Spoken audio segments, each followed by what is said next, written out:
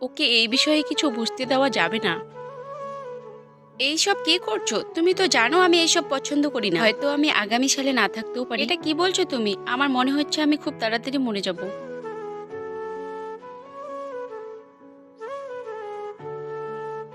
ভাই, তোমার ওয়াইফের ডায়েরি এখানে পড়েছিল, এই যে নাও।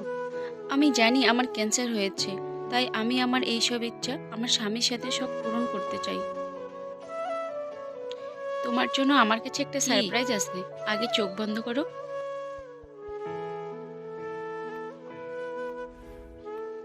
এখনো আর একটা সারপ্রাইজ বাকি আছে। এই সব কিছু তুমি আমার জন্য করেছো? হ্যাঁ, এতটা ভালো। উঠো, তোমার অনেক স্বপ্ন এখনো পূরণ করার বাকি আছে। উঠো না প্লিজ।